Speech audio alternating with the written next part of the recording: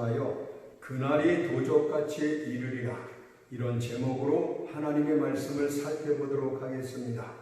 그날이 도적같이 이르리라. 사람들은 오랫동안 세상에 큰 변화가 없거나 기근이나 연병이나 전쟁 같은 주목할 만한 재앙이 없으면 크게 방종하여 거침없이 죄를 짓습니다. 이들은 죄악에 대해 오래 참으시는 하나님을 오해하여 하나님은 사람에게 신경 쓰지 않는다, 우리가 그의 계명을 지키지 않는다 할지라도 심판 같은 것은 없다 라고 말을 합니다. 때문에 하나님께서는 교만과 죄악이 사회를 완전히 썩게 만들지 않기 위하여 어떤 때엔 인류 가운데 큰 재앙을 보내실 필요가 있었습니다. 왕조의 몰락, 제국의 전복, 무서운 전쟁, 끔찍한 전염병 등은 하나님의 도덕적 통치 수단이요, 인간의 교만함에 대한 굴레요, 인간의 방탕함에 대한 제지였습니다. 그런데 이런 사람들의 방종은 주의 재림과 관련하여 더더욱 극성을 부려왔습니다. 시대 때마다 기롱하는 자들이 나타나서 보라, 주의 재림하신다는 증거가 어디 있느냐, 모든 만물들이 본래 그대로 있지 않느냐, 세상은 거대한 시계처럼 스스로 돌아갈 뿐 우리를 심판할 하나님은 존재하지 않는다며 방자히 짓걸려 왔습니다. 그것을 베드로서 3장 3절 4절에서 이렇게 말합니다. 말세에 기롱하는 자들이 와서 자기의 정욕을 쫓아 행하며 기롱하여 가로되 주의 강림하신다는 약속이 어디 있느냐, 조상들이 장후로부터 만물이 처음 창조할 때와 같이 그냥 있다. 그러자 베드로 사도가 일어나 이들을 향해서 말하기를, 아니다, 그렇지 않다. 하나님께서 항상 세상 심판에 개입하셨느니라. 너희가 어찌하여 노아 때의 홍수 심판을 두려 잊으려 하는 것이냐 라고 책망을 했습니다. 그것을 베드로서 3장 5절 6절에서 이렇게 기록하고 있습니다. 저희가 불어 잊으려 함이로다. 이로 말미암아 그때 세상은 물의 넘침으로 멸망하였으되 라고 기록을 했습니다. 그때 당시에 사람들은 죄를 지었습니다. 그래서 하나님의 경고도 받았습니다.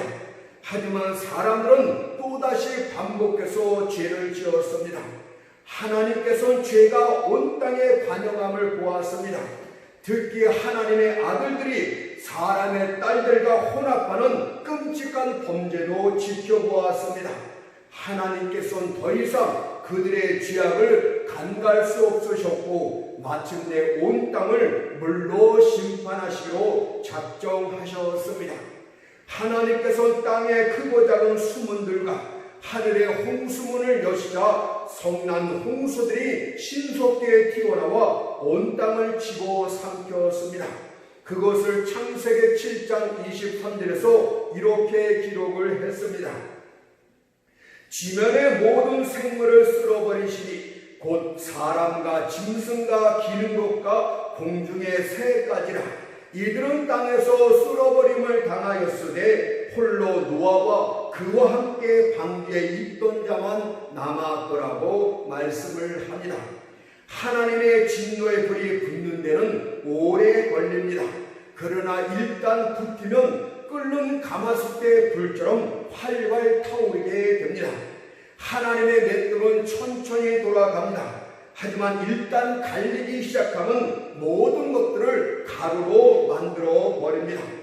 베드로 사도는 물의 심판을 언급한 후 또 다른 하나님의 공의의 심판이 있을 것을 경고하였는데 그것이 바로 마지막 때에 있을 불의 심판입니다.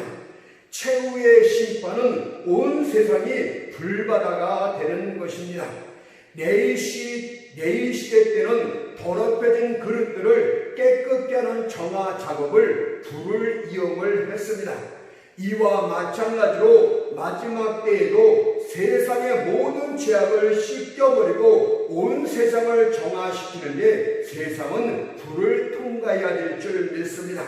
그것을 베드로서 3장 7절에서 이제 하늘과 땅은 그 동일한 말씀으로 불사르기 위하여 간수하신 바 되어 경건치 아니한 사람들의 심판과 멸망의 날까지 보존하여 두신 것이라고 했습니다. 마지막 날 이 땅에 존재하는 인간의 모든 업적들은 다 불태워질 것입니다. 사람의 건축한 모든 것들은 다 사라지고 말 것입니다. 거대한 성당들과 높은 궁정들과 모든 큰 도시들은 무시무시한 뜨거운 열기에 의하여 양초처럼 녹아버릴 것입니다. 푸른 숲들과 산들도 불에 타 연기로 뒤덮일 것입니다. 심지어 공중의 대기까지도 격렬하게 타서 산소는 수소와 결합하고 다른 기체들도 뜨거운 열기에 유린게 될 것입니다. 그때 대기는 큰 소리를 내며 사라지게 될 것입니다. 그것을 베드로서 3장 10절에서 그날에는 하늘이 큰 소리로 떠나고 공기의 대기가 불에 타서 큰 소리로 떠나가게 될 것이고 체질이 뜨거운 불에 부어지고 땅과 그 중에 있는 모든 일이 드러나리로다고 말씀을 하십니다. 체질이란 질서 정연한 우주 전체를 말하는 것인데 그것이 불에 풀어진다는 것은 우주에 대변동이 있게 될 것이라는 것을 말씀하고 있는 것입니다. 그리고 난 후 전능하신 하나님의 손길이 그 위에 모든 것을 급속히 시켜줄 것입니다. 그리고 하나님의 손길이 나타나 불에 녹아진 옛 하늘과 옛 땅을 다시 만들어 새 하늘과 새 땅을 만들 것을 베드로서 3장 12절 13절이 또 이렇게 말합니다. 하나님의 날이 임하기를 바라보고 간절히 사모하라. 그날에 하늘이 불에 타서 풀어지고 체질이 뜨거운 물에 녹아지거니와 우리는 그의 약속대로 의에 고하는 바 새 하늘과 새 땅을 바라보는도다 라고 말씀을 하셨습니다. 그렇다면 왜 본문은 주의 날이 도적같이 오리라고 말씀하신 것일까요? 온 세상이 천지개벽을 하는데 왜 그렇게 말씀하신 것일까요? 먼저 주의 재림은 특정한 사람들만 볼 수 있는 것이 아니라 모든 사람들이 다 볼 수 있도록 임하십니다. 왜냐하면 천지개벽이 주의 재림의 전주곡이 되기 때문입니다. 그것을 마태복음 24장 29절 30절에서 이렇게 말합니다. 그날 환난 후에 즉시 해가 어두워지며 달이 빛을 내지 아니하며 별들이 하늘에서 떨어지며 하늘의 권능들이 흔들리리라. 그때에 인자의 징조가 하늘에서 보이겠고 그때에 땅의 모든 족속들이 통곡하며 그들이 인자가 구름을 타고 능력과 큰 영광으로 오는 것을 보리라고 말씀을 하셨습니다. 온 천지가 개벽을 하는데 주의 재림을 못 볼 자가 누가 있겠습니까? 천지가 개벽하고 즉시로 주님께서 빛난 구름 시케나의 구름을 타고 천사들과 신혼님은 영들과 함께 이 땅에 임하실 것을 말씀하고 있지 않습니까? 때문에 주님의 재림 강경은 아무도 보지 못하는 도적 같은 날이 되는 것이 아니라 그 반대로 모든 사람들이 지켜보는 날이 될 것입니다. 그럼에도 불구하고 도적같이 오신다는 말씀은 그날이 올 때까지 아무도 눈치채지 못할 것이란 뜻을 내포하고 있는 것입니다. 이것은 노아의 대홍수 심판 때도 마찬가지였습니다. 그때 사람들은 세상이 물로 망할 것이라는 사실을 전혀 예상치 못했습니다. 그것은 심판에 대한 하나님의 경고가 없었기 때문이 아니라 그런 일이 일어날 것이라는 생각을 전혀 하지 않았기 때문입니다. 그래서 사람들은 홍수 심판을 경고했던 노아를 조롱하며 멸시를 했습니다. 노아가 말도 안 되는 이야기를 퍼뜨리며 쓸데없는 일로 세상을 시끄럽게 하는 바보 늙은이에 불과하다고 생각을 했습니다. 하지만 하나님의 경고한 그대로 홍수 심판은 임했고, 그로 인해 방주 안에 있던 노아와 그의 식구를 제한 모든 사람은 다 멸망되고 말았습니다. 그런데 사람들은 마지막 날에 세상에 불로 심판받을 것이란 하나님의 경고를 또 똑같이 무시하고 있습니다. 심판의 경고가 반복되고 있음에도 불구하고 사람들은 계속해서 죄를 짓고 세속적인 생활 가운데 빠지며 하나님에게 반역을 하고 있습니다.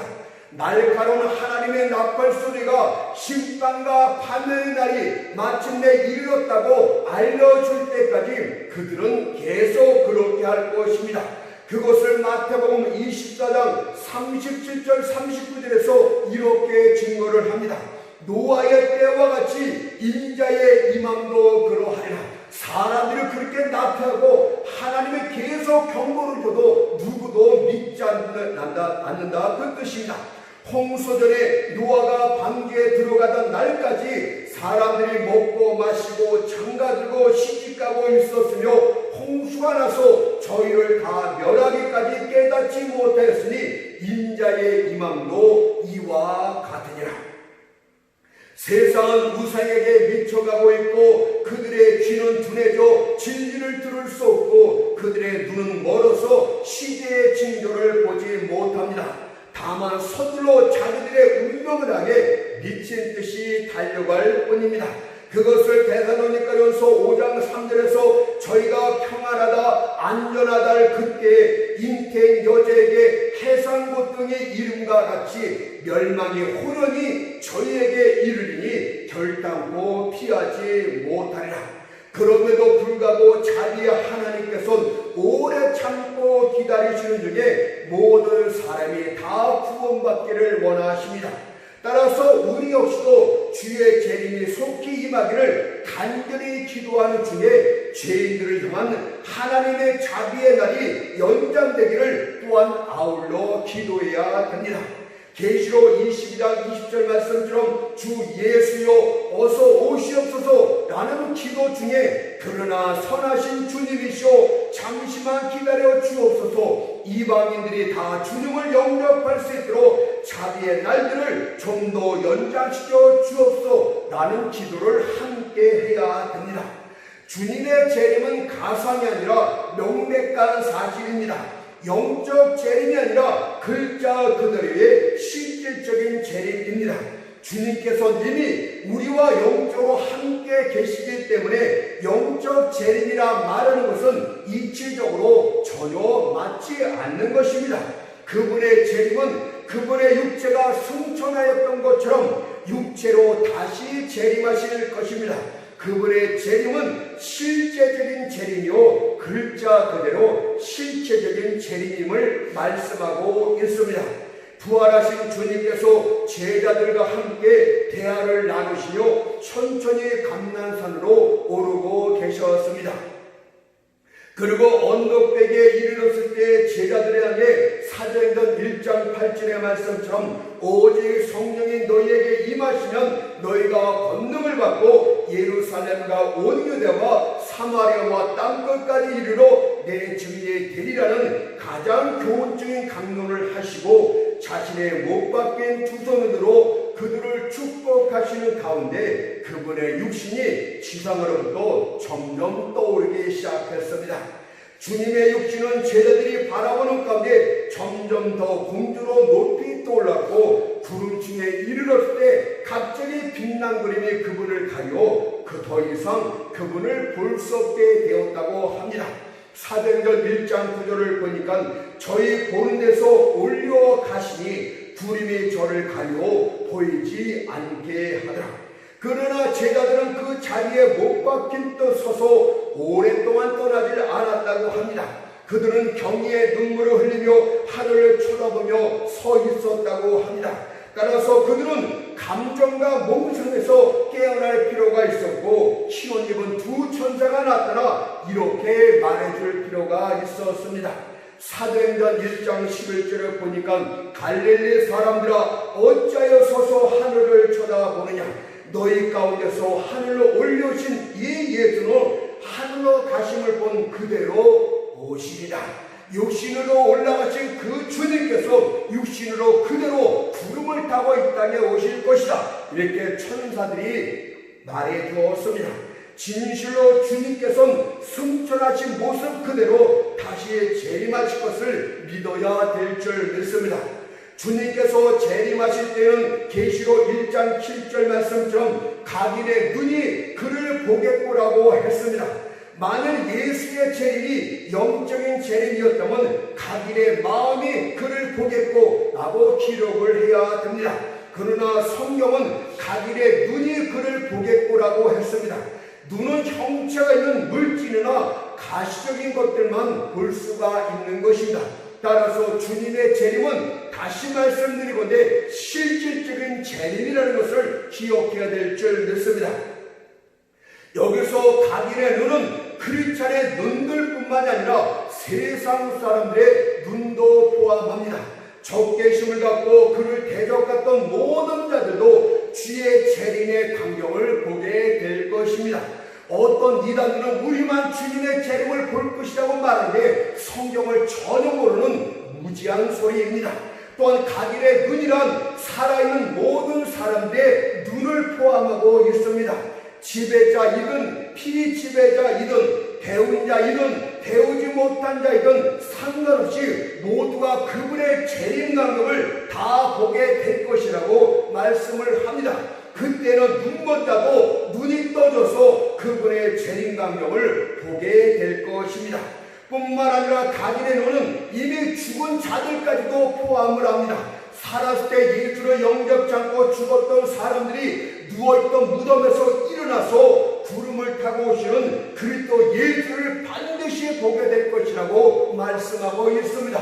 살아있는 자도 죽은 자도 살아서 장림된 자도 눈이 떠져서 그분의 재림을 다 지켜보게 될 것이라고 말씀하고 있기 때문에 이단들의 강원이래술에 속을 이유가 전혀 없는 것입니다. 그리스도의 재림으로 또한 세상 모든 족속들이 엄청난 고통과 슬픔을 겪게 될 것이라고 예언을 했습니다.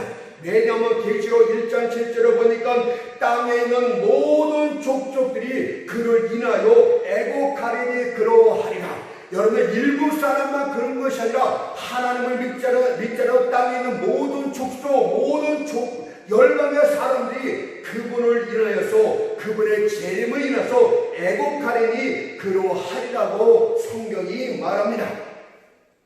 그리스도께서 재림하실 때 기쁨과 찬송으로 그분을 영접할 사람도 있습니다. 그런가 하면 고통과 절망 속에서 애곡하며 이를 가는 자들도 있습니다. 이들은 자기 죄를 회개치 않고 그리스도를 대적하며 불의의 길을 걸었던 자들입니다. 애곡한다는 말은 고통으로 크게 울부짖는다 이 뜻입니다. 땅에 있는 모든 족속들이 그리스도로 인하여 애곡하게 될 것입니다. 어미가 죽은 자식을 부둥켜 안고 울부짖듯 애곡하듯이 그들은 영원히 고통받을 음부의 구덩이를 바라보는 중에 미친 듯이 몸부림치며 애곡하게 될 것입니다. 그렇다면 아직까지도 예수를 영접하지 못한 죄인들이요, 왜 회개치 않고 주를 믿지 않으므로 영원한 불못에 던지기를 다 자초하고 있는 것입니까? 속히 돌이키도록 하시오. 지금 예수를 믿으면 그분은 여러분의 심판주가 아니라 여러분의 구원자가 되게 될 줄 믿습니다. 지체치 말고 지금 당장 예수를 영접하도록 하십시오. 만일 여러분이 그리스도께서 재림하실 때 그때의 구원을 받고자 생각하고 있다면 대단히 잘못된 생각을 하고 있는 것입니다. 왜냐하면 재림에서는 불신자를 구원 기에 오시는 것이 아니라 불신자들을 심판하기 위해서 오시는 것이기 때문입니다. 생각해 보세요. 땅의 모든 족속들이 그분의 재림으로 애국한다는 말은 심판하러 오시는 재림 예수를 말씀하고 있는 것 아닙니까? 그리스도의 재림은 불신자들의 구원이 아니라 불신자들의 영원한 심판이 됩니다. 그러나 사람들은 그리스도의 재림을 의심합니다. 만일 그렇다면 그리스도의 초림을 먼저 생각해 보십시오. 구약의 수천 년 동안 초림 예수께서 이 땅에 오실 것을 예언하셨습니다. 초림 예수는 우리 죄를 위하여 피 흘려 죽으시기 오시는 예수를 뜻하고 있습니다. 그럼에도 불구하고 예수께서는 약속하신 그대로 십자가에서 피 흘려 죽으시기 위하여 이 땅에 오셨습니다. 그것을 갈라디아서 4장 4절에서 때가 차매 하나님의 그 아들을 보내사 여자에게서 나게 하시고 초림 예수가 오실 것을 예언하셨고 실질적으로 그 약속대로 오셨습니다.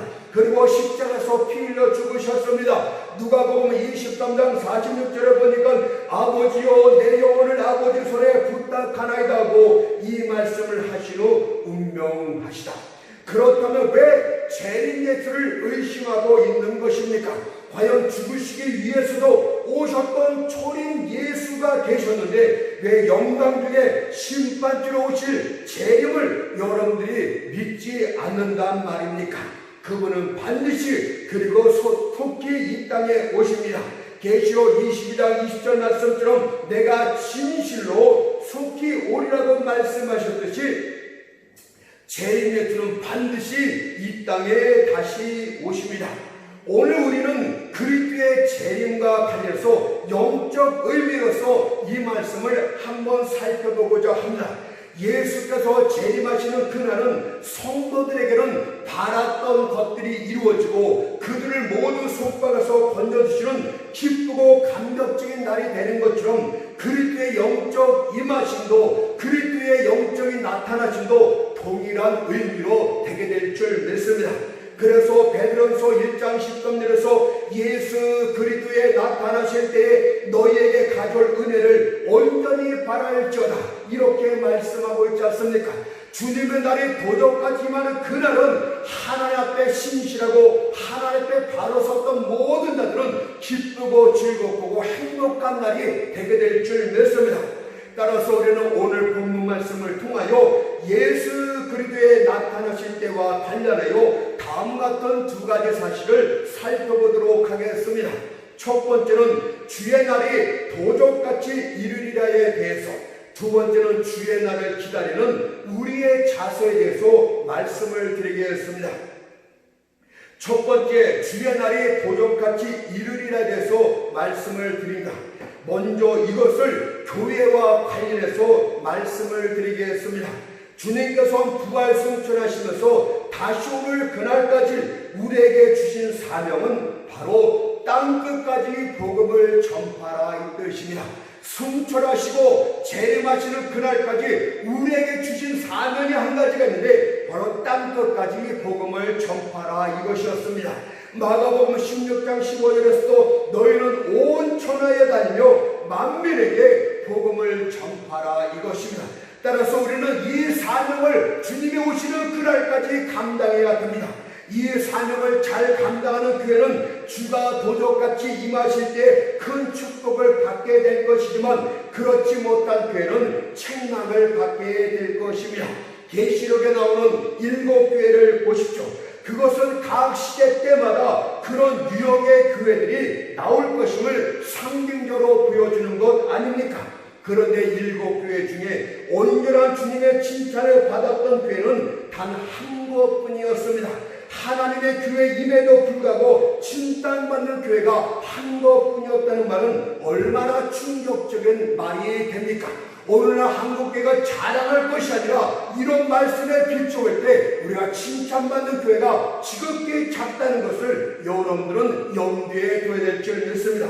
더욱이 그 교회는 대형교회, 유명한 교회가 아니라 작고 초라한 빌라델피아 교회였다는 것을 눈여겨서 살펴봐야 됩니다. 이 교회는 숫자가 아주 적었습니다.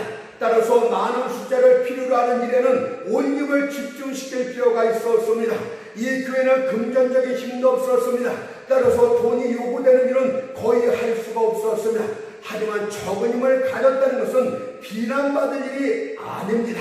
오히려 적은 힘을 가졌음에도 불구하고 말씀을 지키며 신앙의 순수함을 지켰다면 주의 칭찬을 2배로 받게 되는 기회가 되는 것입니다. 그래서 계시록 3장 8절에서 내가 네 행위를 아노니 네가 적은 능력을 가지고도 내 말을 지키며 내 이름을 배반치 아니하였더라고 칭찬하고 있지 않습니까? 여러분들 작은 교회고 작은 힘을 가졌음에도 불구하고 하나님의 말씀을 지키며 하나님의 말씀을 사랑하며 하나님의 말씀을 선포하게 되면 여러분들 주님 앞에 큰 칭찬을 받게 될 줄 믿습니다. 여기서 내 말을 지키며란 무슨 뜻입니까? 이것은 말씀을 사랑했다 이런 뜻이 됩니다. 이들은 하나님의 말씀을 대단히 기뻐했습니다. 이들은 마치 벌들이 꿀을 저장하듯이 말씀을 기억 속에 차곡차곡 저장을 했고 애정어린 마음으로 그것들을 고이 간직을 했습니다. 말씀을 사랑하고 있다는 것은 하나님이 기뻐하시는 그 무엇이 있다는 뜻입니다. 하나님께서는 이들이 하나님의 말씀을 이해하고자 노력하는 것을 주목하여 보았고 하나님의 뜻이 무엇인지를 알기 원하는 열망을 크게 기뻐하셨습니다. 왜냐하면 그것은 바로 하나님을 사랑하는 증거였기 때문입니다. 요한복음 14장 23절에 보니까 사람이 나를 사랑하면 내 말을 지키리니 하나님의 말씀을 사랑하고 하나님의 말씀을 선포하고 하나님의 말씀의 뜻을 이해하고 그 뜻을 전하게 애쓰는 교회는 하나님을 진짜 사랑하는 교회입니다. 성경은 사람이 나를 사랑하는 증거는 내 말을 지키는 자라고 내 말을 지키는 교회라고 말씀을 하셨기 때문입니다. 말씀을 사랑하는 교회는 주를 사랑하는 교회요 주를 섬기는 교회가 되겠습니다. 하나님께서는 이런 교회를 귀히 여기시고 귀하게 사용하실 것입니다. 왜냐하면 요한복음 12장 26절에서 사람이 나를 섬기면 내 아버지께서 저를 귀히 여기시라고 말씀하고 있듯이 하나님의 말씀에 바로 선 교회요 비록 적을지라도 힘이 없다 할지라도 금전적인 능력이 연약하다 할지라도 하나님의 말씀에 똘똘 뭉쳐있고 하나님의 말씀대로 살아가고 있다면 여러분들은 반드시 하나님 앞에 귀히 쓰임을 받는 하나님의 교회로 우뚝 서게 될 줄 믿습니다. 또한 이것은 말씀을 믿었다는 뜻입니다. 이들은 하나님의 말씀을 날마다 사용할 만한 가치가 있는 것으로 믿었어요. 이들은 다른 사람들이 거부할 때도 말씀을 믿었고 주의 양격이 위태할 때도 말씀을 믿었고 마음이 연약할 때도 말씀을 믿었다는 뜻이에요. 그래 내가 지금 힘들고 어렵지만 하나님이 이런 위로의 말씀을 주셨으니 그 말씀대로 이루어질 것이야. 내가 지금 어두운 가운데 있지만 하나님의 빛이 있을 것이라고 말씀하셨으니 내가 그 말씀을 붙들고 믿어야지. 하나님이 이렇게 약속을 하셨으니 그 약속을 붙들고 살아가야지. 이들은 말씀을 굳게 믿었다고 말씀을 합니다. 말씀을 믿었기 때문에 이들은 마치 작은 조개가 큰 바위에 꼭 붙어 있는 것처럼 반석 대신 예수께 꼭 붙어 있었다는 뜻입니다.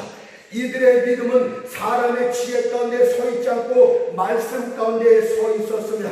사람들이 이들을 고집불통이라고 말하고 있지만 이들은 변절자가 되지 않기로 결심한 자들이었습니다. 여러분은 교회 역사를 보게 되면 말씀을 철저히 의지했던 소수의 사람들에 의해서 세상과 교회가 변화되고 구원함을 받았다는 사실을 여러분들은 잊어서는 안 됩니다.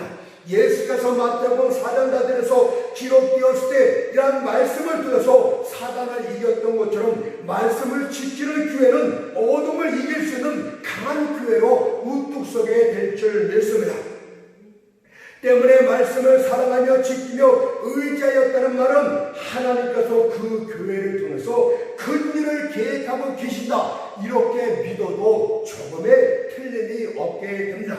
실제로 하나님께서는 이 필라델피아 교회를 향해서 다음과 같은 축복의 말씀을 주시는데 계시록 3장 8절 말씀을 보니까 볼지어다 내가 네 앞에 열린 문을 주었을 때 능히 닫을 사람이 없으랴. 작은 교회였지만 말씀을 지키는 자에게 비로소 하나님은 열린 문을 주시는 축복을 주셨어요.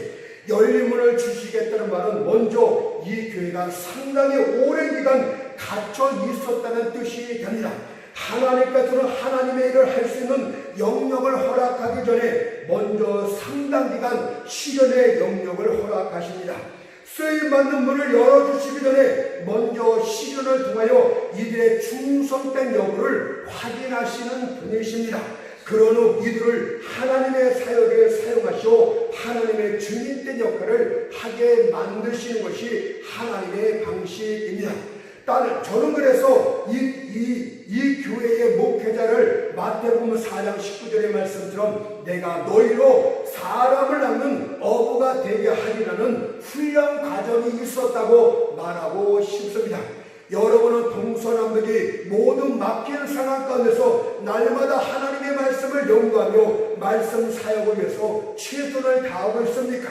주님의 오른손에 잡힌 별처럼 말씀의 빛을 비추기 위해서 힘을 다하고 있습니까? 또한 적은 능력을 가졌음에도 불구하고 하나님의 이름을 배반치 하고 오직 그분의 영광을 위하여 충성되이 살아가고 있습니까? 그렇다면 이제 여러분의 교회에도 빌라델피아 교회와 같은 열린 문의 축복이 반드시 있게 될 줄 믿습니다. 먼저 양들이 들어오는 부흥의 문이 활짝 열리게 될 것입니다. 이것은 생각해보면 너무나 당연한 이치가 아니겠습니까? 연날을 거쳐서 목자로서의 자질을 갖추고 말씀의 주장이 넓게 펼치는 교회 안으로 주님께서 자기 양떼들을 인도하여 들이시기 마땅하지 않겠습니까? 과연 주님께서 자기 양떼들을 풀이 하나도 없는 그런 사막으로 황무지로 인도하시겠습니까? 주님은 절대 그렇지 않습니다. 말씀의 초장으로 풍성한 그런 교회, 그 목자로서의 자질을 갖춘 그 사역자가 있는 교회, 어떤 이단과도 대적하고 이길 수 있는 양떼들을 지켜줄 수 있는 그런 교회로 주님은 자기 양떼를 인도하시니 너무도 당연합니다. 그래서 미가서 2장 12절에 보니까 야곱아 내가 정령이 너희 무리를 다 모으며 내가 정령이 이스라엘 남은 자를 모으고 그들을 한 초소에 두기를 보투라 양떼 같게 하며 초장의 양떼 같게 하리니 그들의 인수가 많으므로 소리가 크게 들릴 것이며 라고 했습니다. 주님께서는 그분의 양떼들을 이런 보투라 목장 같은 교회로 다 모으실 것이라고 말씀하고 있습니다. 하나님께서 정령이라고 말씀하셨고 그것도 2번이나 반복해서 말씀하셨다면 이것을 의심해서는 결코 안 됩니다. 그분이 뜻하셨으면 반드시 이루어집니다. 사람들은 실패할지 모르지만 하나님은 실패하지 않습니다. 때문에 말씀으로 준비되고 시련 중에 목자의 훈련을 받은 그런 온전한 교회는 빌라델피아 교회는 반드시 부흥하게 될 것임을 여러분들은 믿어야 될 줄 믿습니다. 두 번째는 준비되고 훈련된 말씀이니 복음을 증거하기 위한 길이 열리게 될 것이다. 복음 전파에서는 길이 열리게 될 것이다. 이런 뜻도 내포하고 있습니다. 마태복음 28장 10절에서 하늘과 땅의 모든 권세를 내게 주셨으니 라고 하신 그분께서 과연 그분의 길을 막을 자가 누가 있단 말입니까? 이제 그분은 십자가에서 고난당하신 분이 아니라 천지를 주관하시는 통치자이십니다. 때문에 세상 하늘은 그분이 보내신 복음 전도자들을 막을 권리도 없고 막을 힘도 없습니다. 그래서 주님께서 보내심을 받은 복음 전도자는 모든 나라와 열방을 다닐 권리가 반드시 있게 되는 것입니다. 그리스도는 자기의 말씀을 선포하기 위해 필요하다면 전쟁을 일으킬 수도 있고 평화를 만들어낼 수 있는 분이십니다. 필요하면 오래도록 폐쇄되었던 나라들로 하여금 문을 열어 복음을 받아들이게 하실 수 있는 분이십니다. 그 때문에 누구도 복음 전도자의 발에 착고를 채우거나 이틀의 재갈을 물리게 할 수 없습니다. 대제사장과 사두개인들이 일어나 복음을 전파하는 사도들을 옥에 가두는 사건이 있었습니다. 그러나 그날 밤 천사가 내려와 옥문을 열고 그들로 마음껏 복음 전파할 수 있는 길을 활짝 열어주며 이렇게 말을 합니다. 사도행전 5장 18절 20절 말씀을 보니까 사도들을 잡아다가 옥에 가두었더니 주의 사자가 밤에 옥문을 열고 끌어내어 가로되 가서 성전에 서서 이 생명의 말씀을 다 백성에게 말하라. 그렇다면 오랫동안 막힌 곳에 갇혀서 막힌 곳에 갇힌 중독된 하나님의 백성들 말씀의 종들이여 낙심하고 절망할 필요가 없어요. 반드시 주의 천사가 나타나서 옥문을 활짝 열어주게 될 줄 믿습니다. 이제 여러분들 문 앞에 부흥의 문과 복음 전파의 문이 활짝 열어지게 될 줄 믿습니다. 주님이 계획한 날은 반드시 돌아가게 될 것이고 그날은 도적같이 우리 가운데 임하게 될 줄 믿습니다. 사무엘하 5장 24절 말씀을 보니까 뽕나무 꼭대기에서 걸음 걷는 소리가 들리거든 곧 동작하라고 말씀하셨으니 출전 명령의 나팔 소리가 선리 가운데 들려오게 될 줄 믿습니다. 그 걸음 걷는 소리는 마치 이런 소리처럼 들리게 될 것이요 하나님의 사람들아 이제 깨어 일어나라. 이제 출전의 때가 되었으니 복음으로 세상을 정복하라. 어둠에 갇힌 내 백성을 구원하여 내라는 말씀으로 들리게 될 줄 믿습니다. 다음으로 이 말씀을 성도와 관련 지으면 어떤 의미가 되겠습니까? 야고보서 4장 7절에 보니까 그러므로 형제들아 주의 강림하시기까지 주가 나타내시기까지 길이 참으라. 보라 농부가 땅에서 나는 귀한 열매를 바라고 주님께서 나타나실 때에 주께 헌신하고 충성된 자들에 대한 보상이 있게 될 줄 믿습니다. 그들은 밭을 가고 씨를 뿌렸기 때문에 수확을 기다리는 것입니다. 만일 어떤 이가 밭을 개간하지도 않고 한 금 씨앗을 뿌리지도 않았는데 수확을 기다리고 있다면 그는 바보 얼간이입니다. 그리스도의 밭에 아무것도 뿌리지 아니한 자는 아무것도 거둘 수 없고 인색하게 뿌린 자는 인색하게만 거둘 뿐이다. 하지만 그리스도의 밭에 풍성하게 뿌린 자는 뿌릴 때 울며 뿌렸지만 반드시 거둘 때는 기쁨으로 수확을 거두게 될 것임을 시편 126편 5절에서 이렇게 말합니다. 눈물을 흘리며 씨를 뿌리는 자는 기쁨으로 거두리로다. 그러므로 그리스도의 밭에 많은 씨앗을 뿌리고 하나님 앞에 헌신했던 여러분이요, 하나님의 날이 바로 도적같이 임하게 될 때 여러분은 많은 것을 거두게 될 것입니다. 여러분들 앞에 그 유쾌한 날이 임하게 될 것입니다. 그러니 수확에 대해서 너무 조급해하지 마십시오. 즉각적인 결과를 기대하지 마십시오. 왜냐하면 씨앗은 오늘 뿌리고 내일 거두는 것이 아니라 정해진 시간대까지 기다려야 하는 것이기 때문입니다. 그러니 주께 충성된 하나님의 성도들이요, 주의 날이 임하실 때를 기다리십시오. 그날은 도적같이 임할 것이고 풍성한 보상을 받게 될 것이고 이미 하나님의 보상이 시작되었다는 것을 믿어야 될 줄 믿습니다. 다윗을 보세요. 그는 피 흘리는 전쟁의 사람이었습니다. 그렇지만 그는 환난과 전쟁 중에도 힘을 다해서 주를 섬겼다고 합니다. 그것을 역대상 22장 14절에서 내가 환난 중에 여호와의 전을 위하여 금 10만 달란트와 은 100만 달란트와 녹가철을 그 중들을 셀 수 없을 만큼 심히 많이 예비하였고 또 제목과 들을 예비하였으나 내가 환난 중에 여호와의 전을 위하여. 여러분들, 그는 또 환난 가운데 가난 중에 있었지만 주를 위해서 많은 것을 심었다고 합니다. 그 결과가 무엇입니까? 하나님께서 다윗의 왕위를 경복케 하여 줬을 뿐만이 아니라 그의 아들인 솔로몬의 왕위까지도 경복케 하시며 태평성대를 누리게 하시는 축복을 거두게 하셨습니다. 그것을 욥기야 1장 1절에서 이렇게 말합니다. 다윗의 아들 솔로몬의 왕위가 경고하여 가며 그 여호와께서 저와 함께서 신이 창대케 하시니라. 여러분의 자녀들의 자식까지도 복을 받았다고 말씀하고 있어요. 그렇다면 주께 충성된 여러분들 역시도 다니엘서 12장 13절의 말씀처럼 끝날에는 네 업을 누릴 것이라는 말씀이 반드시 응하게 될 줄 믿습니다. 그러니 힘을 내십시오. 낙심할 필요가 없습니다. 그날이 도적같이 이르는 그날에 여러분은 추수를 풍성하게 거두게 될 줄 믿습니다. 두 번째는 주의 날을 기다리는 우리의 자세에 대해서 말씀을 드리겠습니다. 주의 날이라고 하듯이 주님이 임하시는 날은 한 날입니다. 주의 달이 아니고 연도 아니에요. 주님은 한 달에 모든 것들을 다 이루실 것을 말씀하고 있지 않습니까? 모든 일에는 주의 영적인 의미에서는 모든 일에 주가 정할 때가 있다는 뜻입니다. 때문에 하나님의 백성들은 주가 정하신 날이 이를 때까지 인내하며 기다릴 수 있어야 됩니다. 그것을 전도서 3장 1절에서 천하의 범사에 기한이 있고 모든 목적이 이를 때가 있느니라고 말씀하고 있지 않습니까? 어둠 가운데 있는 자는 빛이 임하길 기다려야 됩니다. 새벽이 반드시 올 것임을 믿기 때문에 새벽을 기다리는 것처럼 하나님의 백성들도 앞길이 환하게 밝아질 것을 믿고 있기 때문에 기다려야 됩니다. 또한 여러분의 약속 성취 됩니다. 하나님의 모든 약속은 반드시 성취될 것이지만 오늘이나 내일 당장 성취되지 않을 수도 있기 때문에 그날을 기다려야 됩니다.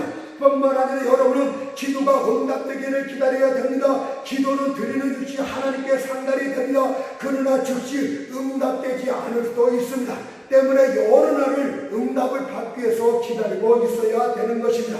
그리고 주의 날에 기다리는 성도의 공통점은 절망이나 초조감 가운데 기다리지 않고 기쁘고 확신 중에 소망 중에 기다릴 수 있어야 됩니다. 왜냐하면 주의 날에 기다리는 모든 자들에겐 복이 있을 것이라고 말씀하셨기 때문입니다. 이사야 30장 18절 말씀을 보니까 무릇 그를 기다린 자는 복이 있도다. 하나님이 어느 때까지나이까? 어느 때야 나를 구원하시겠나이까? 내가 아버지 앞에 열심을 내고 헌신의 것을 돌아보지 하시나이까? 하나님은 내가 그러나 주를 길이 잡고 기다리나이까? 그런 자들에게 복이 있을 것이라고 말씀하고 있어요. 갚을 것이 있고 보상이 있다는 뜻 아닙니까? 그러면 주의 날을 무작정 기다립니까? 어떤 자세로 기다려야 됩니까? 베드로전서 1장 13절의 말씀을 보니까 너희의 마음의 허리를 동이고 근신하여 예수 그리스도에 나타나실 때 너희의 가져올 은혜를 온전히 바랄지어다. 두 가지 자세로 기다려야 되는데, 첫째로 마음의 허리를 동이고 주의 날을 기다리라고 말씀하고 있습니다. 옛 동양인들은 일을 하거나 달려갈 때 위로부터 아래까지 통째로 짜진 옷을 허리띠로 동여매야 됐습니다. 만약 그렇게 하지 않으면 그들은 발이 기옷에 걸려 넘어질 수 있었기 때문입니다. 엘리야가 금비 오는 소리를 들었을 때 허리띠를 졸라매고 아합의 병 앞으로 달려갔다고 합니다. 열왕기상 18장 46절 말씀을 보니까 여호와의 능력이 엘리야에게 임하며 저가 허리를 동이고 이스라엘로 들어가는 곳까지 아함에서 달려갔더라. 베드로가 부활의 주님을 보았을 때 겉옷을 허리띠로 졸라매고 죽게 달려갔다고 합니다. 요한복음 21장 7절 말씀 보니까 시몬 베드로가 벗고 있다가 주라 하는 말씀을 듣고 겉옷을 두른 후에 바다에 뛰어내리더라. 때문에 너희 마음의 허리를 동여매는 것은 준비하고 있으라 그 뜻이, 주님의 명령이 주의 날에 임하는 그날, 도적같이 임하는 날 모든 준비를 하고 있다가 신속하게 뛰어나갈 열심을 내 준비를 하고 있더라 이 뜻 아닙니까? 흔들리지 말고 만반의 준비를 갖추고 있어야 됩니다. 안일함에 빠진 병사들은 무기를 땅바닥에 내팽개치고 그런 또한 농부는 농기기를 내던져지게 됩니다. 이런 자들은 하나님에 대해 관심 가기를 멈추고 있고 하나님의 나라가 흥하든지 망하든지 관심도 없습니다. 이들은 도적같이 임하는 주의 날에 후회하며 애곡하게 될 것이다. 그러나 하나님의 주의 날을 소망 위에 기다린 자는 진실되게 준비하고 있어야 됩니다. 만일 여러분이 하나님의 종이라면 그분의 말씀을 옳게 전하기 위해서 항상 두뇌를 쓰고 마음을 긴장하고 생명을 다 바쳐 준비를 하고 있어야 됩니다. 주님께서 어떤 메시지를 주시든 간에 그 말씀을 바로바로 전할 수 있는 모든 말씀의 준비를 다 하고 있어야 되는 것이요. 성도라면 가장 힘들고 무거운 짐을 자유롭게 짊어질 준비를 하고 있어야 됩니다. 어깨를 튼튼하게 매도록 하세요. 그 신분이 무엇이든지 그것을 메고 달릴 준비를 다 하고 있어야 되는 것이, 이들에게 우유부단한 마음도 주저하는 마음도 의심도 없습니다. 이들은 기다림에 대해서 어떤 흔들림도 없습니다. 이것이 바로 주의 기다리는 자의 첫 번째 자세입니다. 두 번째는 근신하는 자들로 주의 날을 기다리라 이렇게 말씀하고 있어요. 근신하는 것은 중용을 지키라 이 뜻입니다. 어떤 이는 세속적인 일이긴 하면 금방 지나치게 흥분하다가도 환난 중에 빠지면 죽겠다고 금내 의기소침합니다. 그러나 소망 중에 주의 날을 근신하는 자는 중용을 지켜야 됩니다. 오늘은 뜨겁게 달아올랐다가 내일은 차고지는 대가 자가 되어서는 안 됩니다. 너무 높이 올랐다가 갑자기 낮게 내려가는 자가 되어서도 안 됩니다. 좌우 양극단으로 치우치는 자가 되어서는 안 됩니다. 이런 자들은 주의 날을 기다리는 자의 자세로 적합하지를 않아요. 여러분들 좌우나 우로나 치우치지 말고 극단적으로 치우치지 말고 위아래로 너무 흔들리지 말고 항상 중용을 지키면서 마음을 맑게 하고 머리를 맑게 하라 이 것입니다. 궁중 원리에 따라 움직이지 말고 올바른 원리를 따라서 하나님이 주신 말씀의 바른 줄을 따라서 모든 일을 판단하고 예측하면 됩니다. 길거리에서 큰 소리로 떠는 자들의 영향을 충분한 이해력을 갖고서 말씀을 심사숙고하면서 판단하면 됩니다. 이것이 주의 날을 기다린 자의 자세가 되겠습니다. 이제 결론을 맺겠습니다. 여러분들 가운데는 주의 날이 너무 더디다고 생각하는 이들도 있습니다. 그러나 그날은 결코 더딘 것이 아니다. 물론 지금까지의 기다림이 오랜 시간이었을지도 모르겠습니다. 그러나 시간의 평가는 우리가 하는 것이 아니라 우리는 하나님의 시간표대로 움직여야만 됩니다. 그래서 베드로서 3장 8절에서 이렇게 권면합니다. 사랑하는 자들아, 주께는 하루가 천년 같고 천년이 하루 같던 이 한 가지를 잊지 말라. 그러므로 주의 날을 기다리도록 하세요. 주님께서는 자신의 영광이 되고 우리에게 가장 유익이 될 수 있는 그날에 도적같이 임할 것이라고 말씀하고 있음을 믿으시기 바랍니다.